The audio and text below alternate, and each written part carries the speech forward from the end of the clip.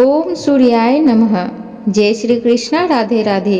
प्रिय भक्तों, आप सभी का स्वागत है आपका अपने YouTube चैनल पुष्पा शर्मा हिंदी कहानियाँ में। आज हम सभी सूरज भगवान की कथा को बड़े ही प्रसन्नचित्त मन के साथ श्रवण करेंगे। आप सबसे निवेदन है कि वीडियो के अंत तक बने रहें और पूरी कथा को जरूर श्रवण करें। आप सबसे एक और निवेदन है कि कृपया चैनल को जरूर सब्सक्राइब करें, वीडियो को लाइक भी करें। तो चलिए सूर्य देव के चरणों का स्मरण करते हुए कथा को श्रवण करते हैं। एक साहूकार था, उसका कोई बच्चा नहीं था। एक दिन वह सुबह के समय घर से बाहर गया तो उसने देखा कि एक किसान खेत में दाना डालने जा रहा था। साहूकार को देखते ही वो वापस लौट गया और बोला कि आज तो शगुन अच्छा नहीं हुआ। जब साहूकार ने यह सुना तो उसका मुख उतर गया। घर आने पर उसकी पत्नी ने पूछा कि आज क्या बात है।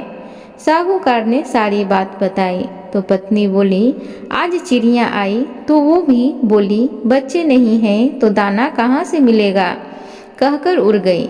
साहूकार को क्रोध आया। उसी दिन वह सूरज भगवान की आराधना करने लगा। 12 वर्ष बीत गए। तब सूरज भगवान ने सोचा कि यदि भक्त की पुकार नहीं सुनी तो भगवान को कोई नहीं मानेगा। सूरज भगवान को दया आई। प्रकट होकर बोले, साहूकार, तेरे नसीब में बच्चा नहीं है, पर मेरे आशीर्वाद से तेरे घर एक कन्या जन्म लेगी। 9वें महीने उनके घर में एक कन्या ने जन्म लिया। जब नायन नहलाने आती तो कन्या हंसती मुस्कुराती। कन्या के मुस्कुराने से हीरे मोती गिरते। उन हीरे मोती को नायन लेकर चली जाती। 1.25 महीना बीत गया। तब साहूकार की पत्नी नायन से बोली, अब इसे मैं नहला दूंगी। जब वह उसे नहलाने लगी तो बच्ची के हंसने पर हीरे मोती गिरे। अब वो समझ गई कि नायन ने तो खूब हीरे मोती इकट्ठे कर लिए। जब लड़की बड़ी हुई तो माँ बाप ने सोचा कि घर में धन तो बहुत है, घर जवाई रख लेते हैं। उन्होंने एक गरीब लड़का ढूंढा और उसके साथ अपनी लड़की का विवाह करा दिया। माँ दिन उगते ही बेटी को उठाने जाती और उसका मुख देखती। तब लड़की का पति बोला, अपने बीच सुबह सुबह माँ का क्या काम। तो लड़की बोली, माँ का नियम है कि वह सुबह होते ही मेरा मुख देखती है। दूसरे दिन वो सुबह उठा और उसका मुख देखा तो उसके मुख से हीरे मोती बिखरे। अब वो समझ गया कि इसलिए ही सासू माँ इसका मुख पहले ही देख लेती हैं। थोड़ी देर बाद लड़की की माँ आई तो हीरे मोती नहीं मिले। माँ समझ गई कि जवाई को पता चल गया है। माँ के मन में कपट आया। उसने एक आदमी को जवाई को जान से खत्म करने के लिए भेज दिया। आदमी ने जवाई को मार दिया और उसका सिर सासू को लाकर दे दिया।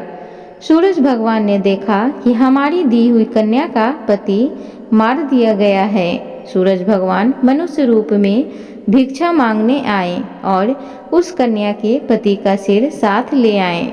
उन्होंने उसके अंग जोड़कर अमृत का छींटा दिया। तब उसका पति उठकर बैठ गया। घर गया तो बेटी ने पूछा, रविवार व्रत का मेरा नियम है कि दिन अस्त होने के बाद खाना नहीं खाना, तो फिर आप इतनी देर से क्यों आए।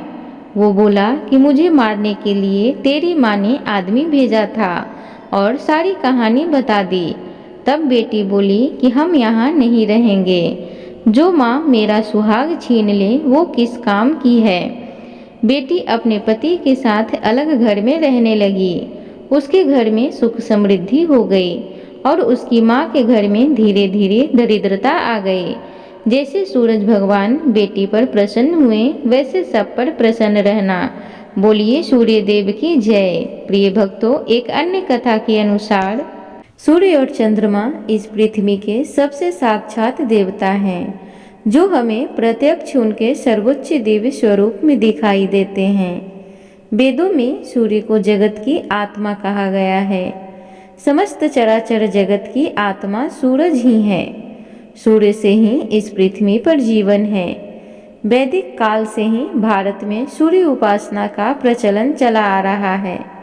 वेदों और ऋचाओं में अनेक स्थानों पर सूर्य देव की स्तुति की गई है। पुराणों में सूर्य की उत्पत्ति, प्रभाव, स्तुति, मंत्र इत्यादि विस्तार से मिलते हैं। ज्योतिष शास्त्र में नवग्रहों में सूर्य को राजा का पद प्राप्त है।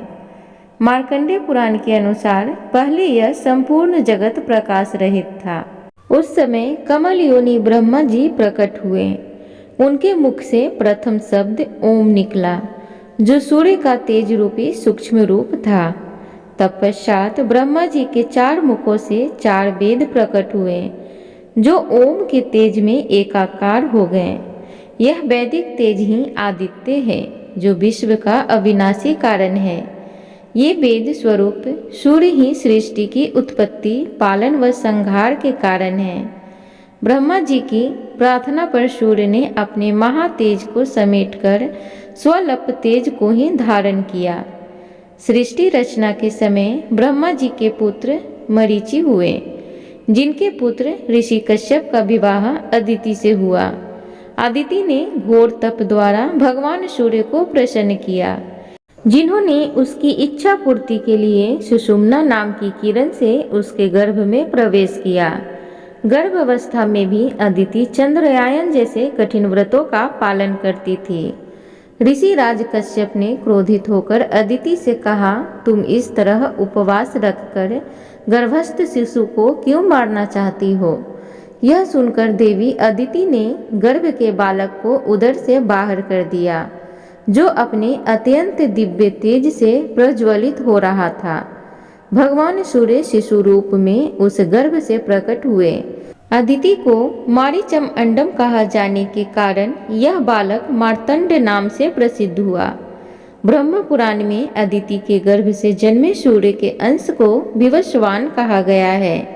प्रिय भक्तगणों, तो इस प्रकार सूर्यदेव की उत्पत्ति की कथा थी। अब हम सब सूर्यदेव में आस्था रखने वाली एक बुढ़िया माई की बड़ी ही रोचक कथा को श्रवण करेंगे। तो चलिए कथा सुनते हैं। रविवार व्रत की पौराणिक कथा के अनुसार प्राचीन काल में एक बुढ़िया रहती थी। वह नियमित रूप से रविवार का व्रत करती। रविवार के दिन सूर्योदय से पहले उठकर बुढ़िया स्नान आदि से निवृत्त होकर आंगन को गोबर से लीपकर स्वच्छ करती।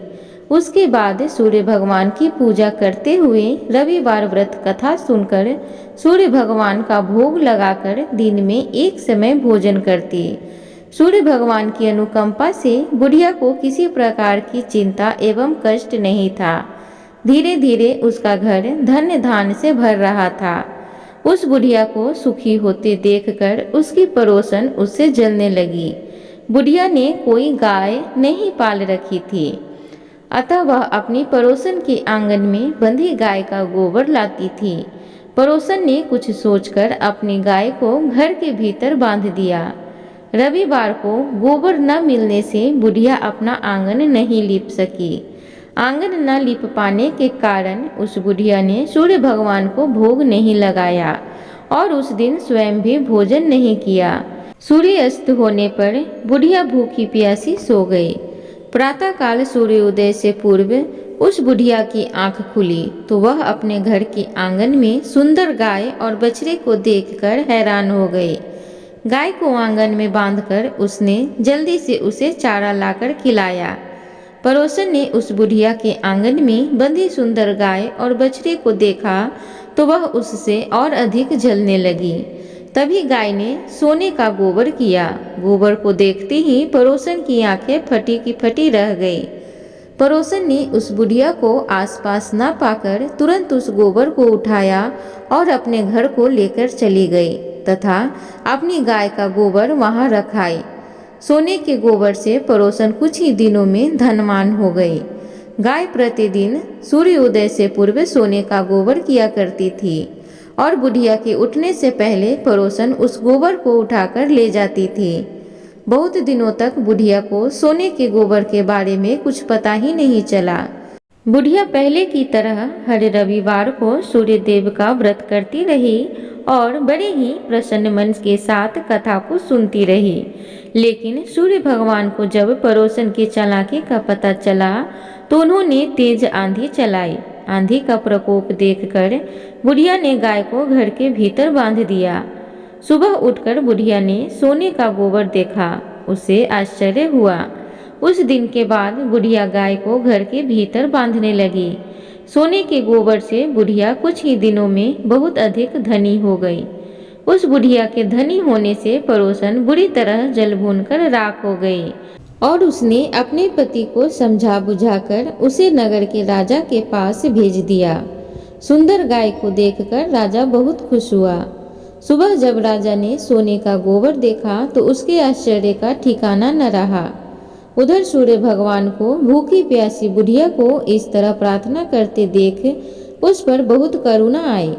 उसी रात सूर्य भगवान ने राजा को स्वप्न में कहा, राजन, बुढ़िया को गाय व बछड़ा तुरंत लौटा दो, नहीं तो तुम पर विपत्तियों का पहाड़ टूट पड़ेगा, तुम्हारा महल नष्ट हो जाएगा।